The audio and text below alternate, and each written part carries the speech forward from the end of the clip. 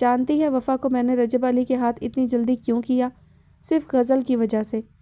رجب علی اسے 1 ہفتے بعد لینے آنے والا تھا، مگر غزل کی چالاکی کا اگر مجھے معلوم نہ ہوتا تو باخدا وفا اپنے ہاتھوں سے جا چکی ہوتی اور رجب علی مجھ سے تاوان بھرتا۔ کیوں؟ ایسی کیا چالاکی کرنے والی تھی؟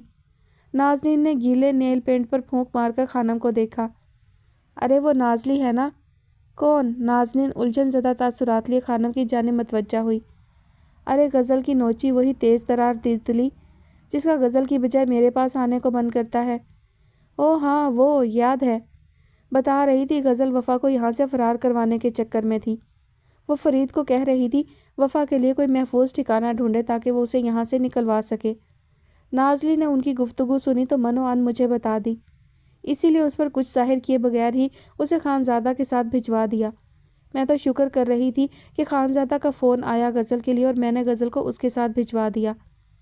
خانم نہیں جانتی تھی کہ وہ فون بھی پلان کا ہی ایک حصہ تھا۔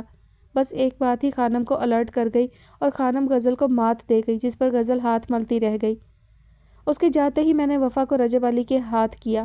بھئی اس کی امانت تھی، جو مرضی کرے، مگر میرے یہاں سے صحیح سلامت اسے لے جائے، اور وہی ہوا جس کا مجھے ڈر تھا۔ واپس آ کر غزل نے جب وفا کو نہ پایا تو مجھ پر غصہ چاہ کر بھی نہ نکال پائی۔ پچھلے دنوں جو اس کی طبیعت خراب رہتی تھی اسی وجہ سے تھی، زیادہ ہی دل پر لے گئی تھی یہ بات۔ ظاہر ہے 5 سال کی وفا کو اسی نے تو ماں بن کر پالا ہے، دل پر تو لے گی نا بات۔ خانم اٹھ بیٹھی اور پاندان کھول کر اس میں سے پان کا پتہ نکالا اپنے لیے پان تیار کرتے ہوئے سرسری سی نظر نازنین پر ڈالی۔ ویسے رجب علی کا کچھ معلوم ہوا؟ نہیں، کچھ نہیں معلوم ہوا، نہ جانے اسے زمین کھا گئی یا آسمان نکل گیا۔ وفا کے ساتھ وہ 20 بچیاں بھی اسی کے ٹھکانے سے غائب ہو چکی ہیں۔ نہ جانے کون اتنی بیچ کی خبر لے گیا۔ پولیس کی ریڈ ہوتی پھر بھی کچھ پتہ تو چلتا کہ ہوا کیا ہے، مگر نہیں، رجب علی پولیس کی حراست میں بھی نہیں ہے، سب معلوم کروا لیا ہے میں نے۔ نازنین نے سگریٹ ایش ٹرے میں مسلا اور پرس سے لپسٹک نکال کر سنگھار میز کے آئینے میں اپنے ہونٹوں کو پھر سے رنگنے لگی۔ اس نے خانم کی طرف چھا جانے والی خاموشی پر آئینے سے ہی انہیں دیکھا جو بغور اس کی پشت کو گھور رہی تھی۔ مجھے غزل کی فکر ہو رہی ہے۔ اوہو خانم، چھوڑ بھی دے غزل نامہ، بس جو رقم ہاتھ آئی ہے اس سے عیاشی کریں۔ 1 لاکھ کوئی معمولی رقم نہیں جو فیروز صدیقی نے دی تھی۔ پھر بھی لگتا ہے خانم غزل آپ پر حاوی ہونے لگی ہے، بڑھاپا آپ کو کمزور بنانے لگا ہے۔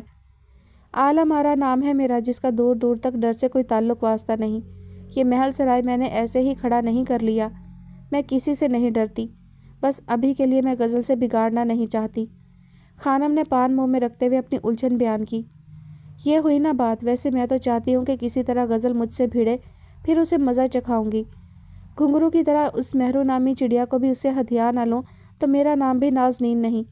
اس غزل کو تل تل اذیت دے کر مجھے جو مزہ ملتا ہے وہ تو کسی شراب میں بھی نہیں۔ جب وہ نفسیاتی پاگل عورت بنتی ہے تو میرے دل کو اندیکھی سی خوشی ملتی ہے۔ بات کرتے کلائی پر بندھی گھڑی پر وقت دیکھتے اسے وقت کی کمی کا احساس ہوا۔ اچھا خانم، میں نکلتی ہوں، دیر ہو رہی ہے، گھنگرو کو ساتھ لیے جا رہی ہوں۔ بیگ میں لپسٹک رکھتے اجلت بھرے انداز میں کہا۔ تو کچھ زیادہ ہی گھنگرو کے قریب نہیں ہونے لگی؟ خانم، مجھے ایسے ہی تو کسی بے زبان بندے کی تلاش تھی جو حسین ترین ہو مگر میرے سامنے زبان نہ کھولے، جو صرف میرے اشاروں پر چلے، اور گھنگرو ان تمام خوبیوں سے مالا مال ہے۔ قریب تو ہوں گی اس کے، کہیں گھر بسانے کے چکر میں تو نہیں، محبت تو نہیں ہو گئی؟ اس کے تیور دیکھ کر خانم نے کریدا۔ محبت جیسی کسی بلا کو میں جانتی نہیں، ہاں یہ ضرور کہوں گی کہ یہ پہلا مرد ہے جس کی خوبصورتی نے مجھے گھائل کر دیا ہے۔ دل کرتا ہے کہ وہ ساری عمر میرے ساتھ ہی رہے، اور گھنگرو کو اپنے ساتھ جوڑے رکھنے کے لیے اگر مجھے نکاح کا کھٹراک بھی پالنا پڑا تو سودا مہنگا نہیں۔ میری تو پوری کوشش ہوگی کہ سیٹھ اسے رجب علی کی جگہ دے دے اور وہ ہر پل میرے ساتھ ہی رہے۔ نازنین تو اس پر دل و جان سے فدا ہو چکی تھی۔ نین تو کچھ زیادہ ہی جلد بازی دکھا رہی ہے۔ خانم، کتنے دنوں سے میں اور گھنگرو ایک ساتھ ہیں، انہی چند دنوں میں اسے خوب پرکھ چکی ہوں۔ بہت ہی وفادار ثابت ہونے والا ہے وہ ہمارے لیے۔ یہ جو پیسہ ہوتا ہے نا خانم، یہ انسان سے سب کچھ کروا لیتا ہے۔ مفلس ہے، پیسہ دکھا کر اسے جس طرف بھی موڑوں گی مڑ جائے گا۔ جو بھی فیصلہ لینا سوچ سمجھ کر لینا۔ تم جس کام میں پڑی ہو وہاں تو خود پر بھی بھروسہ کرنا بے وقوفی کے مترادف ہے۔ جانتی ہوں خانم، آپ پریشان مت ہو، سیٹھ سے بات کروں گی، وہی اسے پرکھ کر رکھ رہے گا۔ اس نے نہ رکھا تو میں گھنگرو کو کبھی نہیں چھوڑنے والی، اپنے کام میں شامل کر لوں گی۔ وہ خانم کے کمرے سے نکل آئی۔ کام کی وجہ اور کچھ غزل کے آنے کی وجہ سے وہ محل سرائے سے جانے والی تھی۔ مستانی کی آمد پر وہ گھنگرو کو بھی مل نہ پائی، جب مستانی کے آتے ہی پھر سے وہی شریف سا گھنگرو بن گیا۔ ویسے وہ نازنین کو یہ بھی بتا چکا تھا کہ وہ اپنی بہن سے بہت محبت کرتا ہے، اس کا دل نہیں دکھائے گا، کہ اسے پسند نہیں وہ کوٹھے کی کسی لڑکی سے دوستی رکھے، اس لیے وہ اب اسے یہاں نہیں مل سکتا۔ نازنین بھی اس کی بات مان کر اسے اپنے بنگلے پر لے جانے کا سوچ چکی تھی۔ اس کی قربت میں بہکتے ہوئے گھنگرو کو تھوڑا بہت اپنے بارے میں بتا چکی تھی۔ وہ گھنگرو کو لیے ابھی نکلنے ہی والی تھی کہ مہرما کے کمرے کے سامنے سے گزرتے ہوئے اسے کچھ یاد آیا۔ اس کے قدم تھمے، ہونٹوں پر کمینی سی مسکراہٹ رینگ گئی۔ اس نے دونوں ہاتھوں سے زوردار آواز میں دروازہ کھولا کہ دہشت اور خوف سے پلنگ پر لیٹی مہرما اچھل کر بیٹھ گئی۔ دروازے پر کھڑی ہستی کو دیکھ کر اس کی روح فنا ہونے لگی۔ اسے اپنی جانب بڑھتے دیکھ کر مہرو خود میں سمٹی۔ نازنین کی طرف دیکھنے کی ہمت پیدا نہ ہوئی۔ سر کو جھکائے ہاتھوں کی لرزش پر قابو پانے کے لیے اپنے دوپٹے کو مٹھیوں میں دبوچ گئی۔ نازنین اس کی کیفیت پر مسکراتے اس کے پاس آ کھڑی ہوئی۔ اس کی جانب جھکتے اس کے الجھے بکھرے بالوں کی آوارہ لٹوں کو چہرے سے ہٹاتے کان کے پیچھے کیا۔ مہرما نے اس کا ہاتھ جھٹک کر پرے سرکنے کی کوشش کی، مگر نازنین اس کو بازو سے پکڑ کر اس کی کوشش ناکام بنا گئی۔ ایک جھٹکے سے اس کا رخ اپنی جانب موڑا اور اس کا چہرہ اپنے دائیں ہاتھ کی انگلیوں اور انگوٹھے میں دبوچا کہ اس کے نوکیلے لمبے ناخن مہرما کے گالوں میں چبھن پیدا کرنے لگے۔ مہرو سختی سے آنکھیں بند کر گئی۔ مہرما ڈارلنگ، کیسی ہو؟ نازنین اپنا چہرہ اس کے نزدیک لائی۔ اس کے منہ سے اٹھنے والی سگریٹ کی ناگوار مہک مہرو بخوبی محسوس کر سکتی تھی۔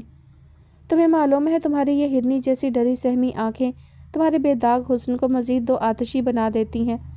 مہرما اس کی بکواس پر کان دھرے بغیر خاموش رہی کہ نازنین جیسی بے حس عورت کے سامنے اس جیسی کمزور دل کی مالک لڑکی کیسے ٹھہر سکتی تھی۔ جیسے ابھی تک تو نے اپنے ان ہونٹوں پر کفل لگائے رکھا ہے نا، ایسے ہی غزل کے آنے کے بعد بھی ان ہونٹوں کو سیے رکھنا، سمجھی؟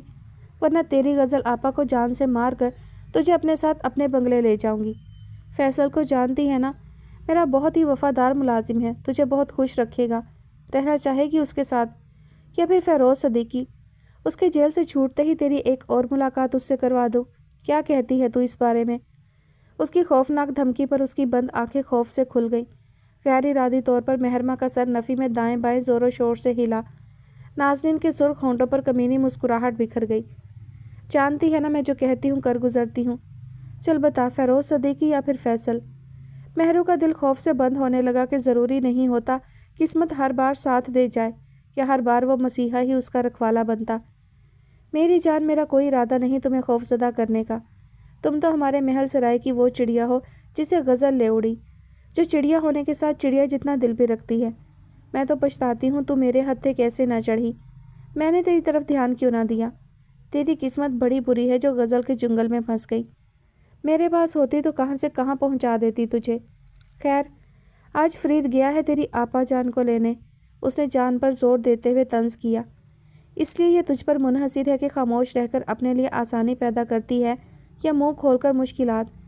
فیروز صدیقی والی بات دبا جائے گی تو بہتر رہے گا، اور فرید کی بھی تو فکر مت کر، خانم اس کا منہ بند کروا چکی ہے، کیونکہ اسی کی لاپرواہی سے تو فیروز صدیقی کے پاس پہنچی، اور ایسی لاپرواہی پر غزل فرید کا کیا حشر کرے گی وہ جانتا ہے، وہ اس کی کھال ادھیڑ کر محل سرائے سے باہر پھینک دے گی۔ اس لیے تم دونوں اپنے منہ بند رکھو گے تو یہ تم دونوں کے لیے بہتر رہے گا۔ تیری ٹرائل روم کی ویڈیو ہے میرے پاس، دھیان رکھنا اپنا کہ اس بار تم میرے چنگل میں پھنسی تو تمہیں کوئی نہیں بچا پائے گا۔ نازنین نے جارحانہ انداز میں اس کے چہرے کو جھٹکا دے کر چھوڑ دیا کہ اس کا سر بیڈ گراؤنڈ سے جا ٹکرایا۔ نازنین کے لفظوں میں چھپی دھمکی ہی مہرو کے لیے کافی تھی۔ اس کی ہیل کی ٹک ٹک پر وہ سمجھ چکی تھی کہ وہ جا رہی ہے۔ اس کا رکا ہوا سانس بحال ہوا تو وہی تکیے پر اوندھے منہ لیٹی رو پڑی۔ احمد کی حالت کچھ سنبھلی تو عارف سب سے معذرت کرتے کام کے سلسلے میں واپس چلا گیا۔ شاویز صاحب بھی ایک ہفتے کی لیو پر تھے اور کچھ دانیال کے ایگزامز کی وجہ سے ان سب کو بھی واپس جانا پڑا۔ رہ گئی حویلی والوں کی بات تو حویلی والے آج ہی احمد کے ڈسچارج ہونے پر واپس گئے تھے۔ البتہ حمائل یہی تھی کہ وہ کچھ دن بعد حویلی جانے کا ارادہ رکھتی تھی۔ فضا بیگم تو اسے بھی ساتھ ہی بھجوانا چاہتی تھی، مگر احمد کے لیے چپ ہو گئی کہ مزید 2-3 دن بعد اسے حویلی بھیج دیں گی۔ ارے الیون، تم وہاں کیوں کھڑے ہو، اندر آؤ نا۔ پائنتی پر احمد کے لیے کمبل کھول کر رکھتی شہرزاد نے دروازے پر کھڑے الیون کو خاموش کھڑے دیکھ کر کہا، اچھا ہوا تم آ گئے، میں تمہارے پاس ہی آنے والی تھی۔ کیوں، خیریت؟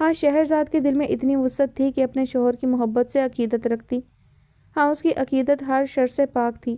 اس کی محبت کا انداز نرالا اور انوکھا تھا۔ ہاں، میں یہی چاہتا ہوں کہ آپ کی دعاؤں میں وہ ہمیشہ شامل رہیں، مجھ سے پہلے ان کا نام ہو۔ ان کی بھلائی کی دعائیں آپ کے لبوں پر جاری رہیں۔ میری دعائیں تو نامنظور ٹھہری۔ میں اس واحد و یکتا سے نا امید نہیں ہوں، پر مجھے لگتا ہے کہ آپ کی دعائیں پرتاثیر ہیں۔ وہ مالک آپ کی بہت جلد اور ضرور سنے گا۔ شہرزاد نے احمد کی جانب دیکھا جو اب سر سیدھا کیے آنکھیں موند چکا تھا، مگر اس کی آنکھ سے بہتر نمکین قطرہ شہرزاد کے لیے اشک دل سوز ثابت ہوا، جو سیدھا اس کے دل پر گرتے اسے بے چین کر گیا۔ میں بہت اذیت میں ہوں شہرزاد۔ نہ جانے یہ الفاظ کیسے اس کے خشک ہونٹوں سے ادا ہو گئے کہ وہ احمد کی بات پر ڈرے تاثرات لیے ادھوری دعا چھوڑے اٹھ کھڑی ہوئی۔ تیزی سے بیٹھ کے دوسری جانب اس کے پاس چلی آئی، اس کی طرف جھکتے اس کا سینے پر دھرا ہاتھ تھام گئی۔ احمد، آپ کا کیا ہوا ہے؟ آپ ٹھیک تو ہیں؟ کہ دل میں درد ہو رہا ہے؟ میں الیون کو بلاتی ہوں۔ ایک پل میں ہی شہرزاد کا رنگ فک ہوا۔ وہ الیون کو بلانے کے لیے مڑی، مگر احمد نرمی سے اس کی کلائی تھامے نفی میں سر ہلاتے اسے روک چکا تھا۔ میں ٹھیک ہوں شہرزاد، بس آپ میرے پاس بیٹھ جائیں۔ آپ مجھے ٹھیک نہیں لگ رہے۔ میں الیون کو رہنے دیں، الیون کو کسی کو بھی پریشان کرنے کی ضرورت نہیں۔ بس میرا دل گھبرا رہا ہے، آپ کچھ پل یہیں میرے ساتھ بیٹھ جائیں۔ اس کی التجا پر شہرزاد الجھن زدہ تاثرات لیے اس کے پاس بیٹھ گئی۔ اس کے چہرے پر بکھرے کرب زدہ تاثرات دیکھتے آدھی ادھوری تحریروں کو پڑھنے کی کوشش کرنے لگی۔ میرے دل پہ درد نہیں، صرف بوجھ ہے، ایسا بوجھ جو اب مزید بڑھ گیا ہے، جسے چھٹکارا پانا میرے لیے ناممکن ہے۔ شاید میری روح کے قفس عنصری سے آزاد ہونے پر یہ بوجھ بھی میرے ساتھ دفن ہو۔ اس کی بات پوری ہونے سے پہلے ہی وہ اس کے ہونٹوں پر اپنا لرزتا نرم مومی ہاتھ رکھ کر اس کے باقی لفظوں کا گلا گھونٹ چکی تھی۔ احمد کی بات پہ خوفزدہ دل سینے میں پھڑپھڑانے لگا۔ خلوص سے بھری شفاف ساکت آنکھوں کی جھیل میں ہلچل سی مچنے لگی۔ احمد، خدا را کیوں مجھے بن بوند مارنا چاہتے ہیں؟ کیا ہو گیا ہے آپ کو؟ کیوں ایسی باتیں کر رہے ہیں؟ کس بات کا بوجھ ہے جو بڑھ گیا ہے، جس نے آپ کی یہ حالت کر دی؟ ایسا کون سا صدمہ پہنچا ہے آپ کو جو آپ سہار نہیں پائے، جس نے آپ کو اس حال کو پہنچا دیا؟ بولیے۔ احمد نے اس کا ہاتھ اپنے ہونٹوں سے ہٹا کر اپنے سینے پر دھر دیا۔ شہرزاد پرنم آنکھوں سے احمد کو دیکھے جا رہی تھی۔ احمد، کچھ تو کہیے، میں جانتی ہوں کچھ نہ کچھ ایسا ضرور ہوا ہے جو آپ ہم سے چھپا رہے ہیں۔ آپ کے دل میں جو بھی ہے وہ بیان کیجیے، میں ہوں نا، ہمیشہ کی طرح آپ کو سنوں گی۔ کیا ہوا ہے ایسا جس نے آپ کی یہ حالت کر دی؟ ایسا کون سا بوجھ ہے جو آپ کو مضطرب رکھے ہوئے ہے، یا میں یہ سمجھوں کہ آپ میری وجہ سے اذیت میں ہیں؟ اگر ایسا ہے تو بتائیں مجھے، آپ کی خوشی کے لیے کچھ بھی کر سکتی ہوں۔ خاموشی سے آپ کی زندگی سے دور چلی جاؤں گی۔ نہیں شہرزاد، ایسا نہیں ہے۔ آپ تو میرے دکھ سکھ کی ساتھی بن چکی ہیں، من محرم ہیں آپ۔ آپ کیسے مجھے اذیت دے سکتی ہیں؟ میری اذیت کا موجب آپ نہیں ہیں۔ تو پھر کون ہے اذیت کا موجب؟ کیا ہوا ہے ایسا جو مجھ سے چھپایا جا رہا ہے؟ کیوں آپ کی یہ خزاں دیدہ آنکھیں پہلے سے زیادہ ویران ہو گئی ہیں؟ کیوں اب یہ ہونٹ جنہوں نے کتنی مدت بعد مسکرانا سیکھا ہے، پھر سے مسکرانا بھول گئے ہیں؟ احمد، بولیے نا، کیا اب تطہیر کی یادیں شدت اختیار کر گئی ہیں جو اس حال کو پہنچ گئے ہیں؟ بہت، اتنی کہ میری تو نیندیں بھی اجاٹ ہو چکی ہیں۔ اب روح جسم کا ساتھ چھوڑنے کے لیے بے قرار رہتی ہے۔ ضبط کے آنسو اسے حلق میں گرتے محسوس ہوئے۔ اپنی بے بسی پر خاموشی سے آنکھوں پر بازو رکھ کر آنکھوں سے بیاں ہونے والی درد کی کہانی چھپا گیا۔ احمد، میں ایسا کیا کروں جس سے آپ کی یہ اذیت ختم ہو جائے، آپ کو سکون ملے؟ جھولی اٹھائے اللہ سے فریاد کرتی ہوں کہ ایک بار آپ اور تطہیر مل جائیں، تاکہ آپ کو پرسکون دیکھ کر میں بھی پرسکون ہو جاؤں۔ میں آپ کے لیے اچھی بیوی ثابت نہیں ہوئی؟ نم آنکھوں سے احمد کے ہاتھ کی تیسری انگلی میں پہنا گیا یاقوت رومانی کا پتھر دیکھ کر اس پر ہاتھ کے انگوٹھے کا لمس چھوڑ رہی تھی۔ وہ اس پتھر کو 10 سال کی عمر میں جب سے اس نے پہلی بار منصف کو دیکھا تھا، تبھی سے وہ اس پتھر کو اس کے ہاتھ میں دیکھتی آ رہی تھی، اور شادی کے بعد ہی تو وہ اس پتھر کی اہمیت کو سمجھ پائی تھی کہ کیوں یہ پتھر اتنا نایاب تھا، کیوں وہ اسے اپنے تن سے جدا نہ کرتا، کہ اس میں تو اس کی محبت کا ایک یادگار لمس چھپا تھا جو منصف احمد کو زندگی بخشتا تھا۔ مجھے معاف کر دے احمد۔ بھیگے گال صاف کرتے وہ ہولے سے احمد کے سینے پر سر رکھے اس کے دل کے مقام پر اپنا ہاتھ رکھ گئی، جیسے وہ اس کے دل کا بوجھ ہلکا کر دے گی۔ شہرزاد کی سماعتیں بھی اس کے بے قرار دل کی آوازوں کو بغور سن رہی تھیں، جہاں ایک نہ تھمنے والی ہلچل سی مچی تھی۔ اندر سے ٹوٹ پھوٹ کا شکار خود پر ضبط کے کڑے پہرے بٹھائے شکستہ قدموں سے زخمی حالت لیے محل سرائے میں داخل ہوئی۔ اس کے پیر میں درد تو ابھی بھی اٹھ رہا تھا، مگر جو ہی اسے تھوڑی سی بہتری محسوس ہوئی اس نے فرید کو فون کر کے بلوا لیا اور واپس لوٹ آئی۔ در حقیقت وہ ہاسپٹل میں فاطمہ تیمور خانزادہ کی تیمارداری اور اس کا خلوص دیکھ کر اندر سے بے سکون ہونے لگی۔ مزید پچھتاوے دل میں بیٹھ گئے۔ تیمور خانزادہ کے ساتھ وہ بھی تو اس کی گناہ گار تھی جس نے اس کے شوہر کو اپنے جال میں پھنسائے رکھا۔ فاطمہ کے رویے سے بے چین ہوئی تو واپس چلی آئی۔ اس میں مزید فاطمہ کا سامنا کرنے کی ہمت نہ تھی۔ حال میں تخت پر براجمان خانم کے ساتھ مستانی غزل کی حالت دیکھ کر پریشان ہو اٹھی، جو فرید کے سہارے حال کا دروازہ پار کیے چلی آ رہی تھی۔ ہائے رے باجی، یہ تیری ٹوٹ پج کیسے ہو گئی؟ اپنے جلے کٹے انداز میں بولتی مستانی اٹھ کر اس کے پاس گئی اور اسے فرید کی بجائے اپنے کندھے کے سہارے کرتے لا کر خانم کے تخت پر بٹھا دیا۔ یہ کیا ہو گیا غزل؟ خانم نے گاؤ تکیے کی ٹیک چھوڑ کر سیدھے بیٹھتے سرسری سے لہجے میں مستانی سے ملتا جلتا سوال پوچھا۔ کچھ نہیں، بس معمولی سے ایکسیڈنٹ ہوا تھا، اس نے بھی سرسری سا جواب دیا۔ یہ بھی بتانا گوارا نہ کیا کہ خانزادہ کس حالت میں ہے، نہ زندوں میں نہ مردوں میں۔ اس نے یوں ہی مہرو کی کھوج میں نظریں دوڑائی کہ آج شاید پہلی بار وہ اس کے لیے داخلی حال میں موجود نہ تھی، ورنہ تو محل سرائے آتے ہی اس کی پرہزی آنکھوں کو مہرو کو دیکھنے کی عادت سی ہو گئی تھی۔ پر باجی، یہ معمولی ایکسیڈنٹ نہیں لگتا، اپنی حالت تو ویکھ ذرا۔ میں ٹھیک ہوں مستانی، پریشان مت ہو۔ ہوا کیسے یہ سب؟ اب کی بار خانم نے مداخلت کی۔ خانزادہ نشے میں دھت ڈرائیونگ کر رہا تھا، اسی لیے یہ سب ہو گیا۔ شکر ہے بچ گیا ہو۔ اے ریشما سن، اسے جواب دیا انہوں نے حال کی جھاڑ پونچھ کرتی خاص رنڈی کو مخاطب کیا۔ جی خانم، یہ کام بعد میں کرنا، پہلے ذرا ہلدی ملا دودھ غزل کے لیے لے آ۔ اس کی ضرورت نہیں خانم، ابھی دل نہیں کر رہا۔ مستانی بس تو مجھے ذرا میرے کمرے تک چھوڑ دے۔ ضرور باجی، آؤ۔ مستانی نے اسے اٹھنے میں مدد دی اور اپنے سہارے لیے اسے اس کے کمرے میں لے آئی۔ اللہ غرق کرے اسے جس نے تمہاری یہ حالت کی۔ اسے پلنگ پر بٹھاتے مستانی برے دل سے بولی۔ مستانی یوں کسی کو بد دعا نہیں دیتے کہ جو ہوتا ہے خدا کی طرف سے ہی ہوتا ہے۔ وہ تکیہ درست کرتے ہوئے نیم دراز ہو کر آنکھیں موند گئی۔ اس کی بات مستانی کے دل پر لگی۔ باجی، تو اتنے برے ماحول میں رہ کر کیسے اتنے اچھے دل کی مالک ہے؟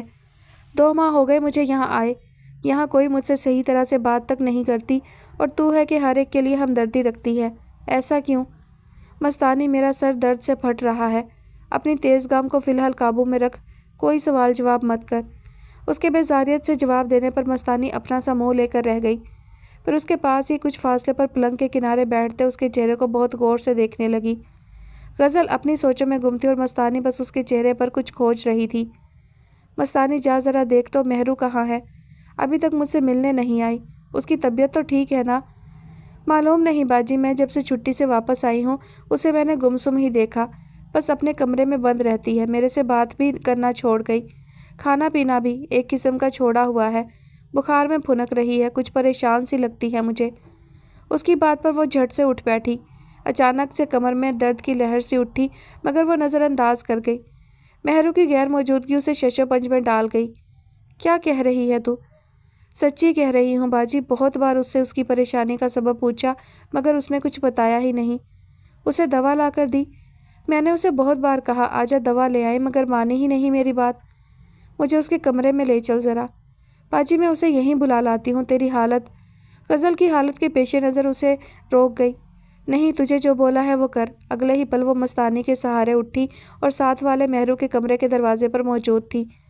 غزل نے ابھی دروازہ کھولا ہی تھا کہ دروازہ کھلنے کی آواز پر پلنگ پر لیٹی مہرو دہشت و خوف سے اٹھ بیٹھی اور دروازے کی جانب دیکھا۔ اسے یوں لگا نازنین پھر سے آ گئی ہوگی، جبکہ دروازے پر تو غزل کھڑی تھی جس کی نظروں سے مہرو کے چہرے پر پھیلے خوف و ہراس کے سائے چھپ نہ سکے۔ مستانی کے سہارے اندر داخل ہوتی غزل کو دیکھ کر مہرو کی جان میں جان آئی اور وہ ایک لمحہ بھی ضائع کیے بغیر پلنگ سے اترتی ننگے پاؤں بھاگ کر غزل کے سینے سے جا لگی کہ غزل بمشکل اپنا وزن سنبھال پائی، ورنہ مہرو کی جذباتی محبت کے مظاہرے پر وہ پیر کے درد سے زمین بوس ہو جاتی۔ کہاں چلی گئی تھیں آپ نے کہا تھا جلد آ جائیں گی، مگر آپ اتنے دنوں بعد آ رہی ہیں، کیوں مجھے اکیلے چھوڑ کر چلی گئی تھی؟ وہ بلک بلک کر رو دی۔ غزل پریشان ہو گئی۔ اس نے الجھن زدہ نظروں سے مستانی کو دروازہ بند کرنے کا اشارہ دیا۔ کیوں اتنے دن لگا دیا آپ نے؟ اگر مجھے کچھ ہو جاتا تو؟ آپ کو معلوم ہے نا، آپ کے بغیر میرا اس محل سرائے میں دم گھٹنے لگتا ہے، خوف آتا ہے مجھے۔ اس کے سینے میں ہی سر چھپائے انجانے میں دل کا خوف بیان کر گئی۔ کیسی دہشت اس کے لفظوں اور ہچکیاں لیتے لہجے میں تھی۔